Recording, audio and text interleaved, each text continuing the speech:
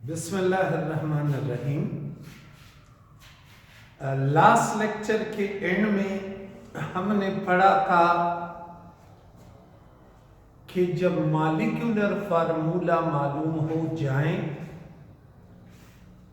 तो मुसीबत खत्म नहीं होती, बल्कि यहां से पेंडोरा बॉक्स खुल जाता है। यानी इससे आगे मसले ही मसले, मसलिस्तान पाकिस्तान। अब है मॉलिक्यूलर फार्मूले से स्ट्रक्चरल फार्मूले को कैसे लिखा जाए, ये हमारा आज का टॉपिक है। How to write structural formula from molecular formula. यानी सपोज मेरे पास मॉलिक्यूलर फार्मूला आया C2H6O। ये मॉलिक्यूलर फार्मूला इस अल्कोहल का है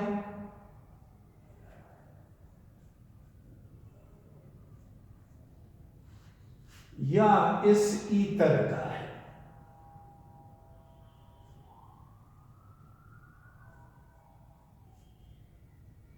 मॉलिक्यूलर फार्मूला इस अल्कोहल का है या इस ईथर का है। इज इट इथानोल और डाइमीथाइल ईथर। तो ये हमने मालूम करना है। तो मॉलिक्यूलर फार्मूले से स्ट्रक्चरल फार्मूला 3 टेक्निक्स की मदद से मालूम किया जाता है। फर्स्ट वन है बाय स्टडीइंग फिजिकल प्रॉपर्टीज।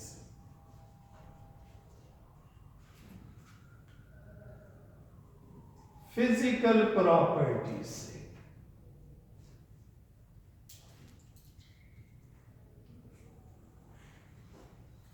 तो सुनो, कंपाउंड का मॉलिक्यूलर फार्मूला मैंने मालूम कर लिया और फार्मूला आया ये C2H6O।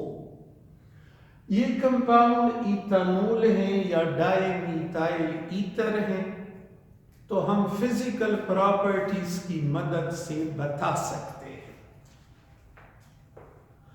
हम देखेंगे कि हमारा कंपाउंड लिक्विड है या गैस है। सपोज अगर हमारा कंपाउंड लिक्विड है, तो ये इथानोल लिक्विड है, जबकि ये डाइमीथाइल ईथर गैस है। यूं फिजिकल प्रॉपर्टीज ने यानी फिजिकल स्टेट ने मींस बॉइलिंग पॉइंट ने हमारी मदद की कंपाउंड को पहचानने में। इसका बॉइलिंग पॉइंट ज्यादा जबकि इसका बॉइलिंग पॉइंट कम। तो फिजिकल प्रॉपर्टीज हमें गाइड करते हैं to establish the structural formula from molecular formula। अगर हमारा कंपाउंड, लेट अस सपोज हमारा ये कंपाउंड भी गैस है और ये भी गैस है, ये भी कलरलेस ऑर्डरलेस है, ये भी कलरलेस ऑर्डरलेस है, तो फिर फिजिकल प्रॉपर्टीज फेल हो जाती है to identify the structural formula. फिर हम केमिकल प्रॉपर्टीज को यूज करके कंपाउंड पहचान लेते हैं। यानी दूसरा टेक्निक है स्टडिंग केमिकल प्रॉपर्टीज।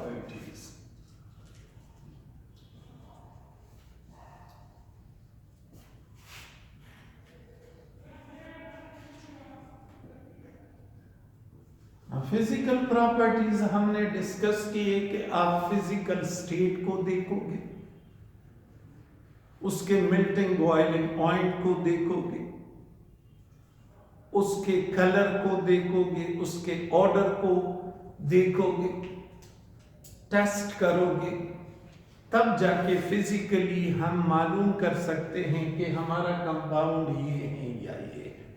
लेकिन अगर दोनों लिक्विड हैं या दोनों गैसेस हैं या दोनों कलरलेस ऑर्डरलेस हैं, मींस फिजिकली पहचान इम्पॉसिबल है, तो फिर हम जाएंगे केमिकल प्रॉपर्टीज पे।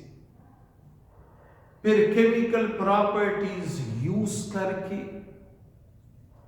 हम कंपाउंड का मॉलिक्यूलर फार्मूला मालूम कर लेते हैं।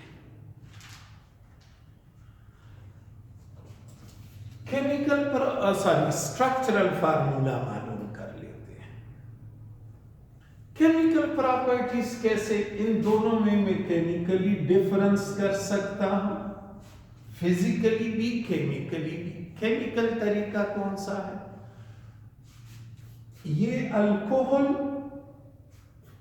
सोडियम के साथ रिएक्शन करता है, जबकि डाइमीथाइल ईथर या सारे ईथर सोडियम के साथ रिएक्शन नहीं करते।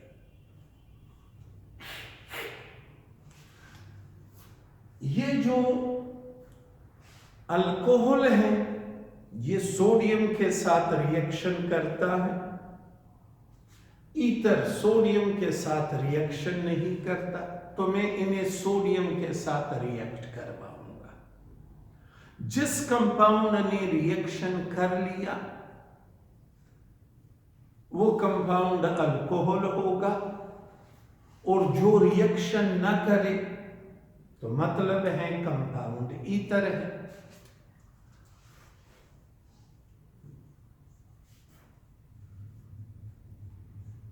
By reacting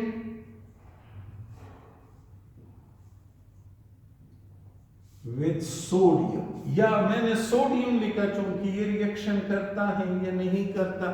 इस तरह दो कंपाउंड्स होंगे, उनमें आप चेक करोगे कि ये फला कंपाउंड इस चीज के साथ रिएक्शन करता है, ये दूसरा नहीं करता, तो आप उसके साथ वही रिएक्ट करें। जो कंपाउंड रिएक्शन करता है, और अगर रिएक्शन हो गया, जैसे मेरे पास सपोज कंटेनर में अननोन सैंपल है और मैंने इसमें सोडियम डाला और इसने रिएक्शन कर दिया, मींस मेरा कंपाउंड अल्कोहल है, ये ईथर नहीं है। और लेट अस सपोज ये लिक्विड स्टेट में है, यानी डाई इथाइल ईथर है और ये ब्यूटानोल है, दोनों लिक्विड्स हैं, तो मैं सोडियम डाल दूंगा, रिएक्शन नहीं हुआ, मींस दैट मेरा कंपाउंड डाई इथाइल ईथर है। केमिकल रिएक्शन के थ्रू कंपाउंड को पहचान लेते हैं, और अगर ये भी फेल हो जाए केमिकल प्रॉपर्टीज, तो फिर हम मशीनों का सहारा लेते हैं। खास किस्म के मशीन होते हैं जिन्हें स्पेक्ट्रोफोटोमीटर कहते हैं। Then we use instruments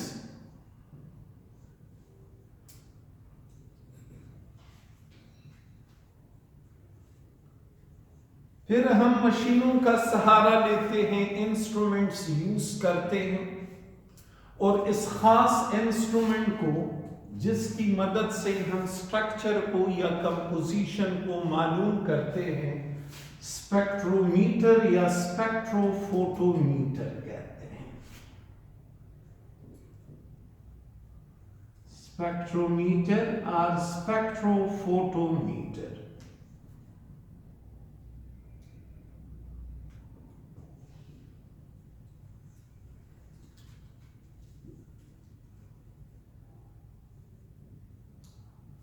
और इस किस्म के एनालिसिस को कहते हैं instrumental methods of analysis.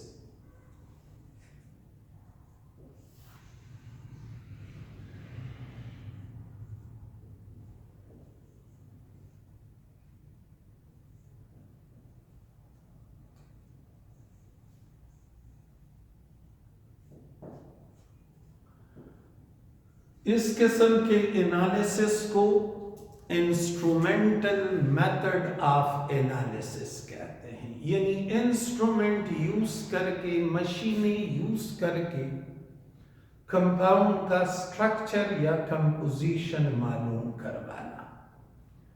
Instrumental method of analysis के ढेर सारे एडवांटेजेस हैं।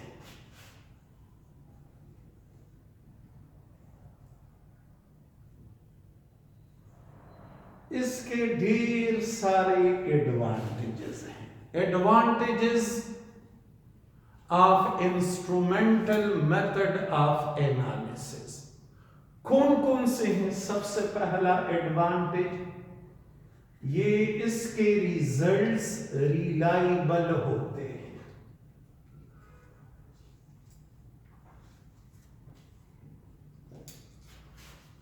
अब चूंकि कंप्यूटर यानी स्पेक्ट्रोफोटोमीटर यूज होता है, which is a special type of computer जो इसी मकसद के लिए मुख्तस है, तो कंप्यूटर या मशीन तो झूठ बोलेगा नहीं, उसका नतीजा काबिले एतबार होता है। इजी टू ऑपरेट,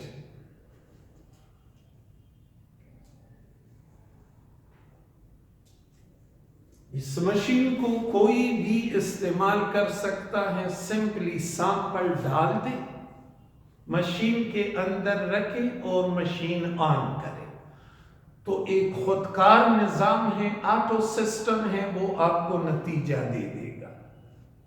बिल्कुल ऐसे ही जैसे हम ब्लड टेस्ट करते हैं, तो ब्लड टेस्ट में क्लिनिकल लेबोरेटरी वाले हमारा ब्लड सैंपल ले लेता है, उसे मशीन के अंदर डाल देता है और मशीन ऑटो सिस्टम के थ्रू, यानी खुदकार निजाम है, उसके थ्रू सब कुछ ब्लड के अंदर है क्या, तो वो सब कुछ वो मशीन वो करेगा, मालूम करेगा और रिजल्ट्स आपको देगा। इसमें कोई कॉम्प्लिकेटेड रिएक्शंस इन्वॉल्व नहीं होते। एफिशिएंट है, एफिशिएंट।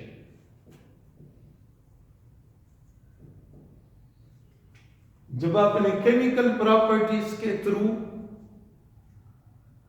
स्ट्रक्चर या कंपोजिशन मालूम करवाना हो, तो इसके लिए ढेर सारा टाइम चाहिए, और मशीन जो है वो विद इन फ्यू मिनट्स आपको रिलायबल रिजल्ट्स देगा। एफिशिएंट का मतलब है जिससे टाइम की बचत हो।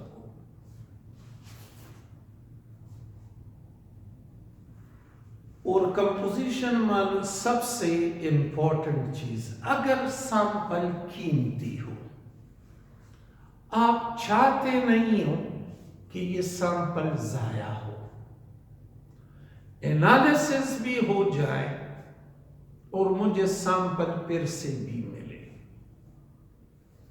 तो ये जो इंस्ट्रूमेंटल मेथड ऑफ एनालिसिस हैं, इसमें सैंपल डिस्ट्रॉय नहीं होता, क्योंकि इसमें कोई केमिकल रिएक्शन नहीं होता। It is in fact a physical process, no chemical reaction occurs. तो at the end of the analysis the sample can be recovered. Sample हम एंड पे फिर से रिकवर कर सकते हैं, यानी हमारा सैंपल, हमारा कंपाउंड जाया नहीं होता। And lastly, very minute quantity of the compound is use. Compound की बहुत ही कम क्वांटिटी, इंतहाई कम क्वांटिटी से भी एनालिसिस होता है। फिजिकल प्रॉपर्टीज में, केमिकल प्रॉपर्टीज में सैंपल आपको बल्क में चाहिए, यानी ढेर सारा सैंपल चाहिए। यहां पे चंद माइक्रोग्राम या मिलीग्राम से आपका एनालिसिस कंप्लीट हो जाता है।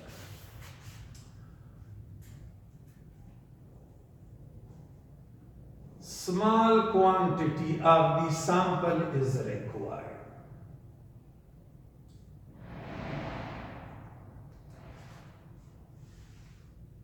साइंस का वो ब्रांच जिसमें मशीन की मदद से रेडिएशन को यूज करके कंपाउंड का कंपोजिशन मालूम किया जाए, उसे स्पेक्ट्रोस्कोपी कहते हैं। Spectroscopy.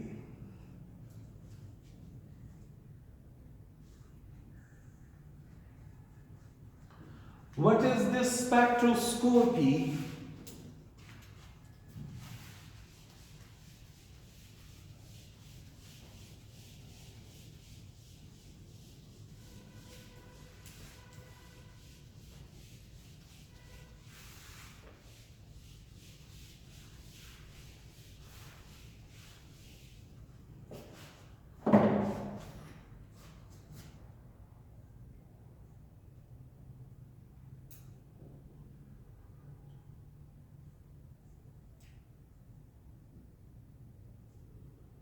Spectroscopy,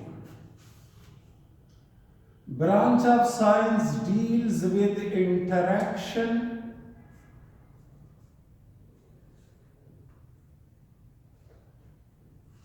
between matter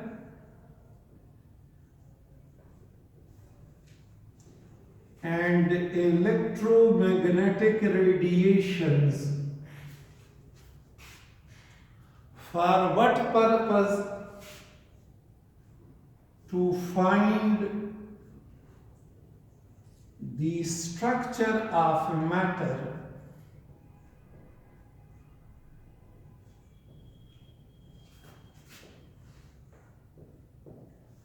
is called spectroscopy. Spectroscopy is branch of science which deals with interaction between matter and electromagnetic radiations. Electromagnetic radiation और मैटर का आपस में इंटरेक्शन, आपस में ताल्लुक को स्टडी करना, किस मकसद के लिए? ताकि मैटर का इंटरनल स्ट्रक्चर हमें नोन हो जाए कि कौन सा एटम दूसरे किस एटम के साथ अटैच है। इसे स्पेक्ट्रोस्कोपी कहते हैं और ये स्टडी एक मशीन के अंदर की जाती है। उस मशीन को स्पेक्ट्रोमीटर या स्पेक्ट्रोफोटोमीटर कहते हैं। Let me first tell you about electromagnetic radiations. आप मैटर को जानते हो। What is matter? Anything which has mass and occupies space. And what are electromagnetic radiations?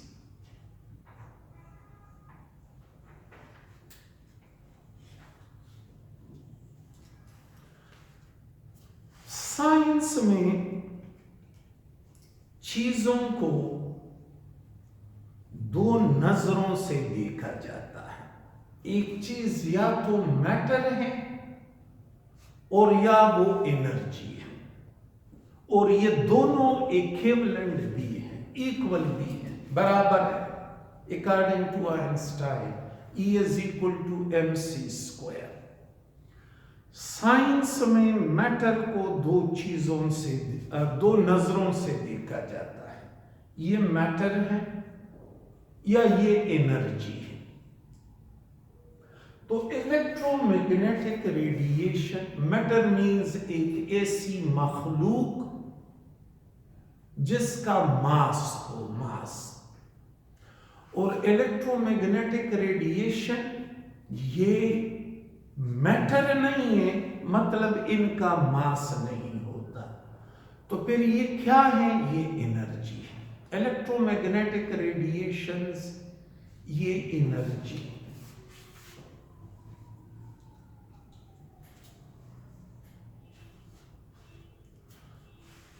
जैसे मेटल पार्टिकल से बना होता है, what are those particle? Atoms, molecules, ions.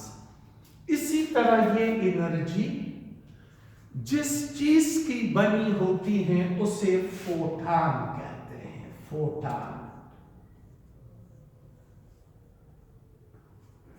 What are photon? Photon वो चीज है जिससे ये इलेक्ट्रोमैग्नेटिक रेडिएशन बने होते हैं। क्या इनका मास होता है? नो। ये सिर्फ और सिर्फ, ये फोटान सिर्फ और सिर्फ एनर्जी है। ये एनर्जी उस वक्त पैदा होती है जब चार्ज पार्टिकल यानी electron to and fro motion करे, वाइब्रेशनल मोशन करे।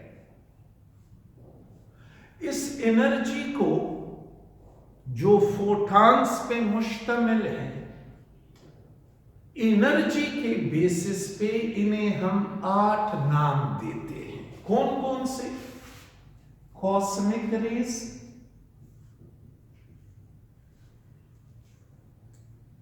गेमा रेज, एक्स रेज,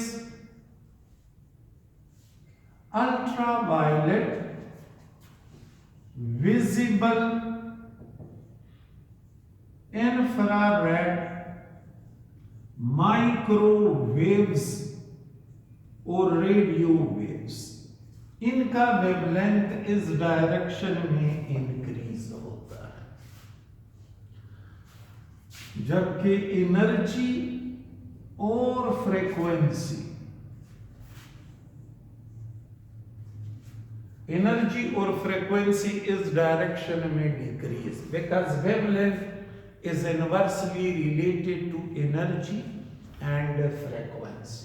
ओके, ये देखिए, from cosmic rays to radio waves, ये सारे के सारे इलेक्ट्रोमैग्नेटिक रेडिएशन है, यानी ये फोटान के बने होते हैं। बास फोटान को हम गेमा रे का नाम देते हैं, बास को यूवी का नाम देते हैं, बास को रेडियो वेव का नाम देते हैं। ये नाम किस बेसिस पे? एनर्जी के बेसिस पे। जैसे एक ही इंसान होता है, कभी उसे नौमौलूद कहते हैं, कभी बच्चा कहते हैं, कभी नौजवान कहते हैं, कभी जवान कहते हैं। किस बेसिस पे? उम्र के बेसिस पे। तो एक ही इलेक्ट्रोमैग्नेटिक रेडिएशंस और इनके ये ढेर सारे नाम। ये नाम किस बेसिस पे? It is on the basis of wavelength और एनर्जी और फ्रीक्वेंसी। इन 8 किस्मों में हम आंखों से सिर्फ एक किस्म को देखते हैं, जिसे हम आंखों से देख सके उसे विजिबल रेडिएशन या व्हाइट लाइट कहते हैं। व्हाइट लाइट, ये आम ऑर्डिनरी लाइट, ये वो लाइट है, ये वो इलेक्ट्रोमैग्नेटिक रेडिएशन है जिसका वेवलेंथ 400 नैनोमीटर से लेकर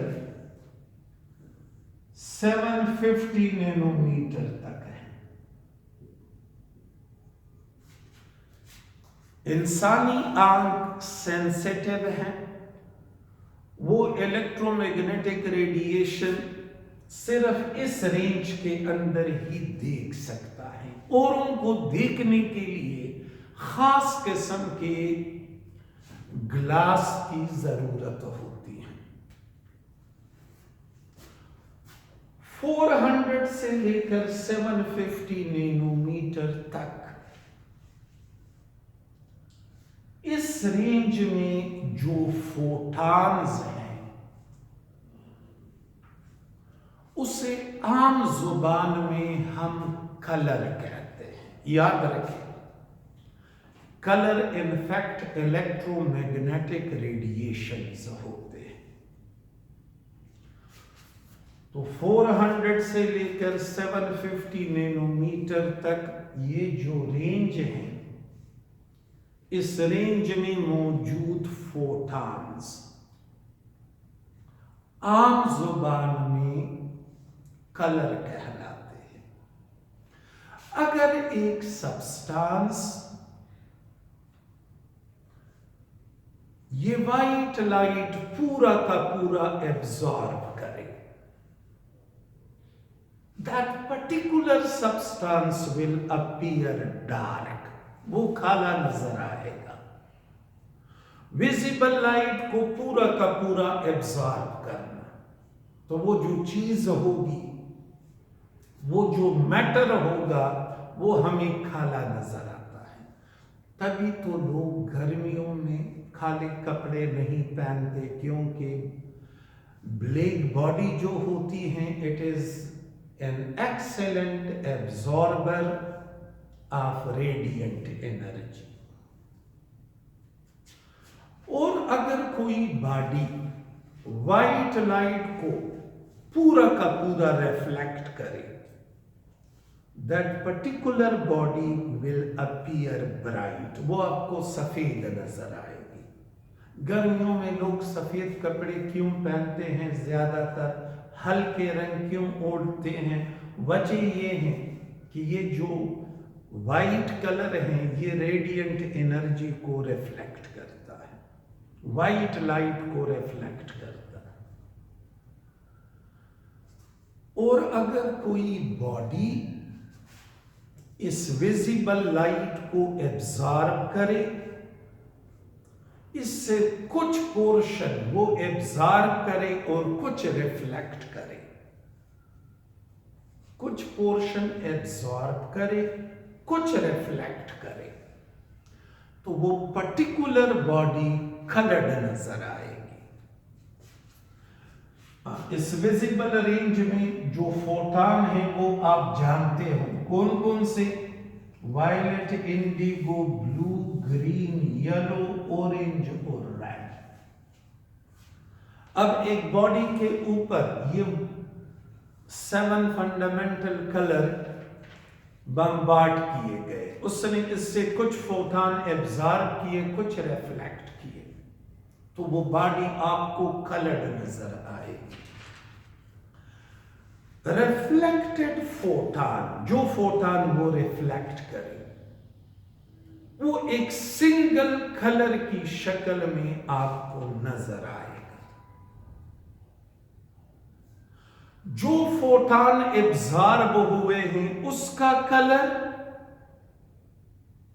और जो फोटॉन रिफ्लेक्ट हुए हैं उसका कलर, वो एक दूसरे के कंप्लीमेंट्री कलर कहलाते हैं।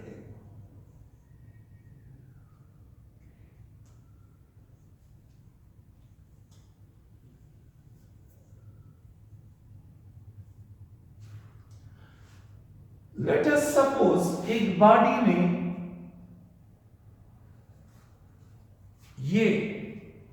ये फोटॉन एब्जॉर्ब किया और ये बाकी सारे रिफ्लेक्ट किए, तो ये वायलेट और इन बाकी सब का एक कलर होगा। ये ढेर सारे कलर जब मिक्स होंगे तो इससे एक कलर बनेगा।